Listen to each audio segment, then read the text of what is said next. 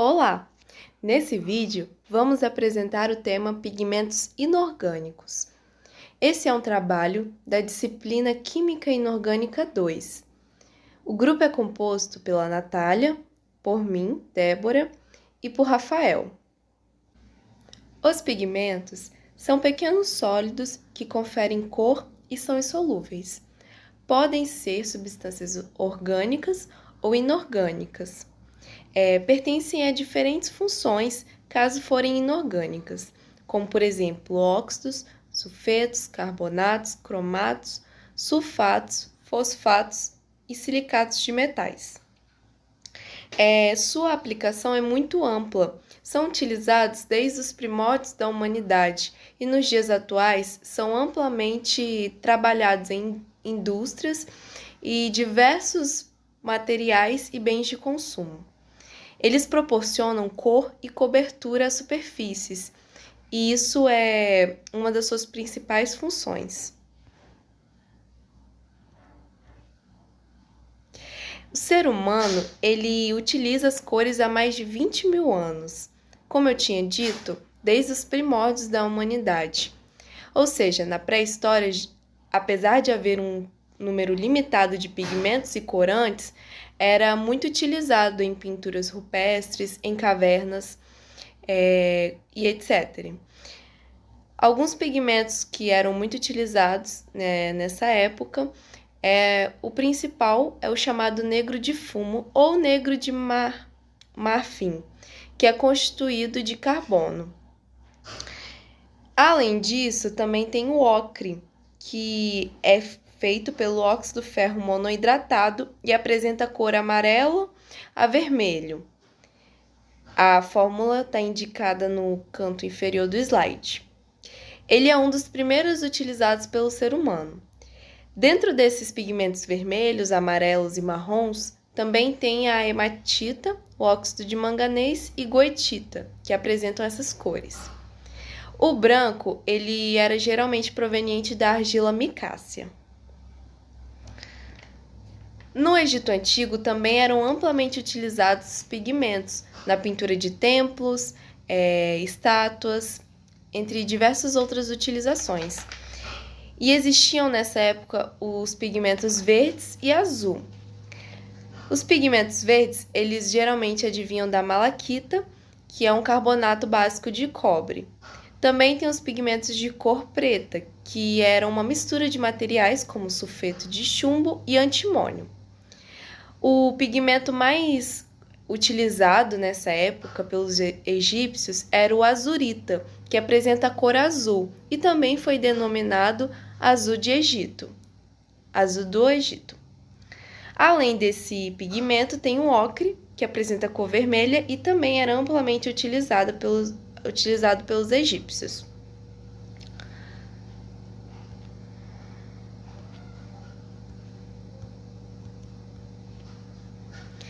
No período greco-romano, os pigmentos eles eram muito utilizados para pinturas de estátuas e pinturas também de locais. E essas decorações eram geralmente feitas com cinábrio, em conjunto com gema de ovo como aglutinante. Vale destacar que o vermelho das capas dos centuriões romanos era obtido do molusco murex. Além disso, eles utilizavam muito o pigmento branco de chumbo. Os renascentistas, no período medieval, também utilizavam os pigmentos para realizar pinturas e pintar também esculturas. É interessante destacar que os pigmentos nessa época, os mais utilizados eram o azul e o branco, pois davam essa ideia que eles buscavam muito na época de santidade e poder para as pinturas, né, para as estátuas. Dessa forma, um dos materiais que se destaca é o ultramarino natural, que era obtido através da pedra preciosa lápis lazuli. Aqui, como podemos ver, uma pintura muito famosa, que é a Garota com Brinco de Pérola, e nela é possível enxergar o azul em destaque. Em relação às classificações e tipos dos pigmentos inorgânicos, Estes podem ser classificados seguindo alguns critérios. Os critérios são família química no qual pertencem, cor, efeitos especiais que conferem e pigmentos de extensão. Dentro da família química, temos algumas divisões, como por exemplo, os óxidos metálicos e suas misturas. Alguns exemplos são óxido de ferro 2, óxido de ferro 3, óxido de titânio, óxido de zinco e entre outros exemplos. Essa imagem ao lado ela representa uma cor bem comum entre os óxidos. Também dentro dessa classificação em relação à família química, temos os pigmentos inorgânicos complexos. Em relação a essa classificação, esse tipo de pigmentos, existem 3 estruturas. A estrutura rútilo, que apresenta a composição do tipo AbCO2. Os exemplos que estão no slide demonstram como essa composição.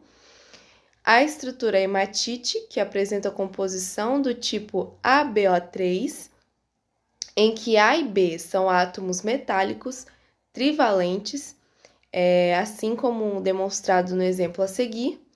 E a estrutura espinela, que apresenta a composição do tipo Ab2O4, em que A é um cátion bivalente. Esse cátion ele ocupa a posição tetraédrica na estrutura cristalina, enquanto que B é um cátion trivalente que ocupa a posição octaédrica. Os exemplos estão demonstrados a seguir.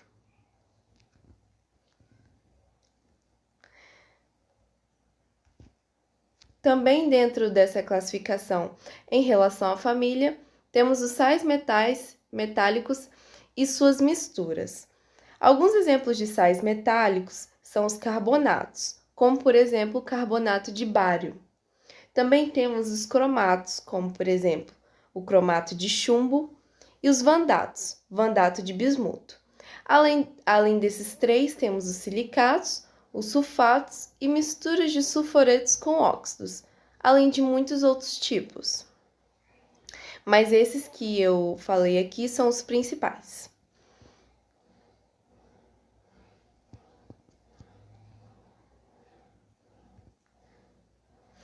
Em relação à cor, que é uma outra classificação, temos os pigmentos brancos, que são os dióxidos de titânio, os litopones, óxidos de zinco, sulfato de bário, óxido de antimônio, sulfureto de zinco e o carbonato básico de chumbo.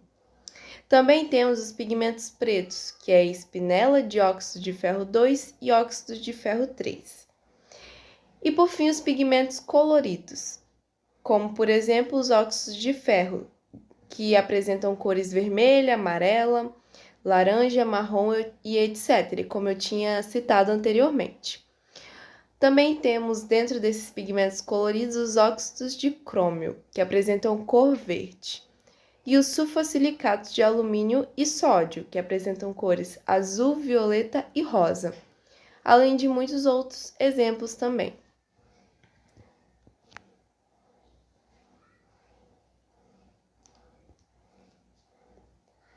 Em relação aos efeitos especiais que conferem, alguns efeitos são o aspecto nacarado, aspecto metalizado, fosforescência e fluorescência. Os pigmentos também podem ser divididos naqueles que apresentam esses efeitos. Também temos a classificação de pigmentos de extensão. Dentro dessa classificação tem a barita, carbonato de cálcio, caolino e talco. Vamos lá. Agora eu vou falar um pouco sobre as propriedades dos pigmentos. O valor de um pigmento inorgânico depende de algumas características. As características que eu vou comentar vão ser as características físicas, químicas e ópticas. As características físicas são a distribuição granulométrica do seu composto, a forma das suas partículas e o grau de aglomeração. As características químicas é a composição do pigmento, a sua pureza e a sua estabilidade. Das suas propriedades ópticas, a gente vê a capacidade de impedir a transmissão da luz através da matriz e a sua opacidade. Só que as propriedades que mais importam, que devem ser as mais consideradas, é a capacidade do pigmento de desenvolver cor, que é a capacidade pigmentante, e render opaca a matriz no qual são dispersos. Os pigmentos eles podem ser tanto naturais como sintéticos, e cada um tem suas vantagens.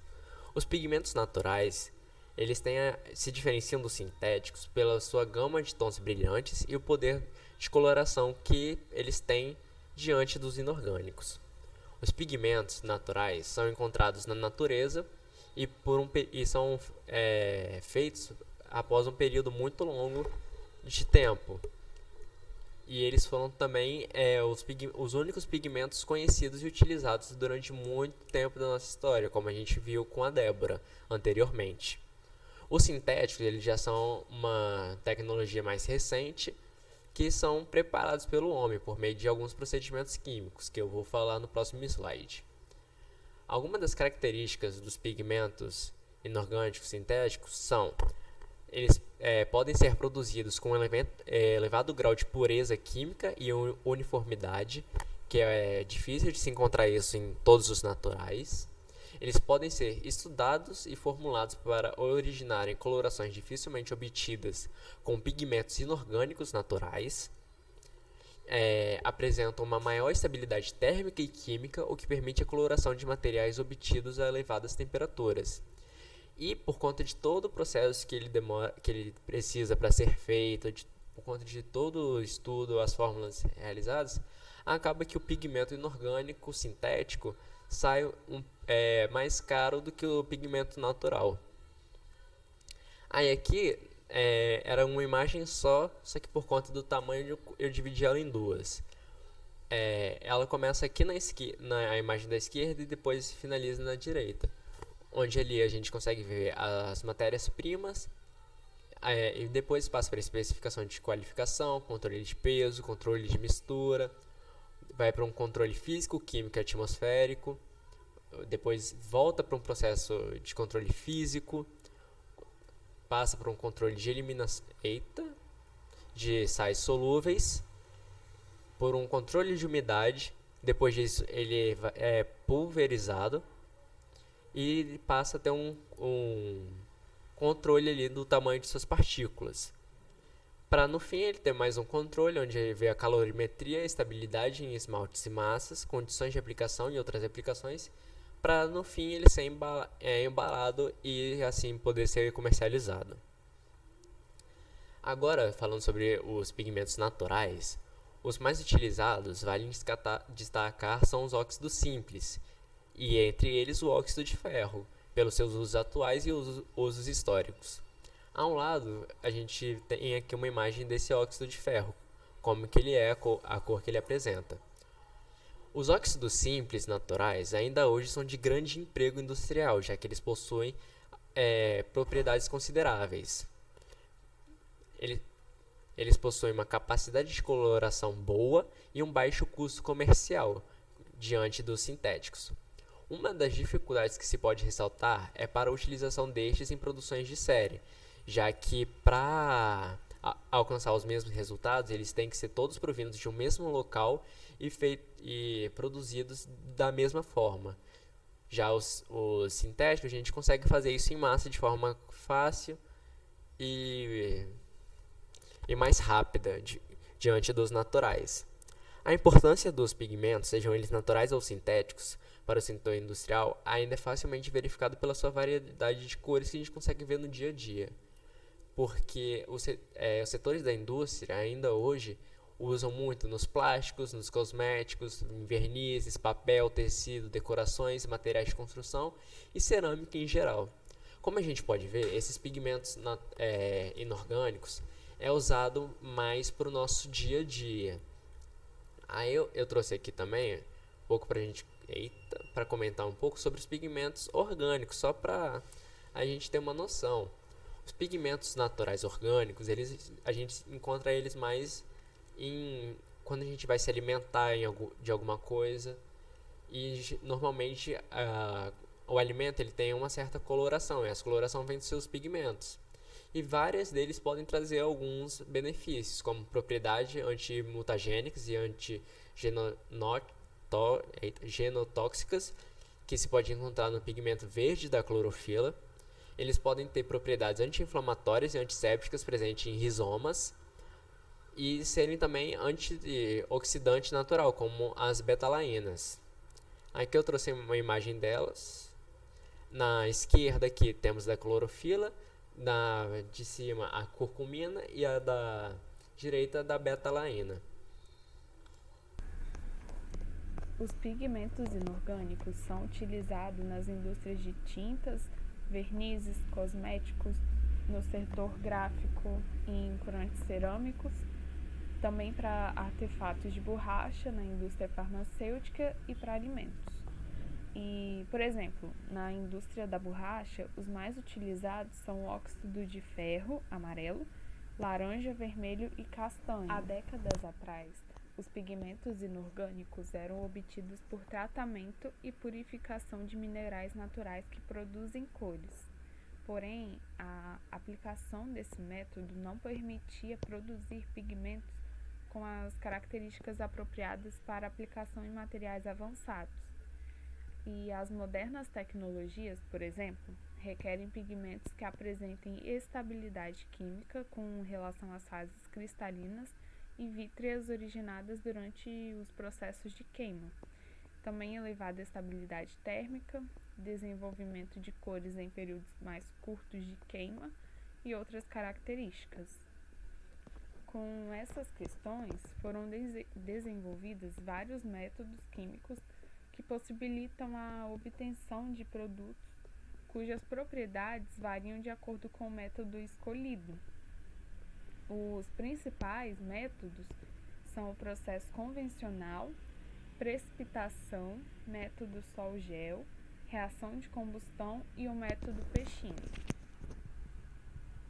A produção de pigmentos e corantes está diminuindo no Brasil e no mundo, por conta da concorrência com os produtos chineses, indianos e países orientais.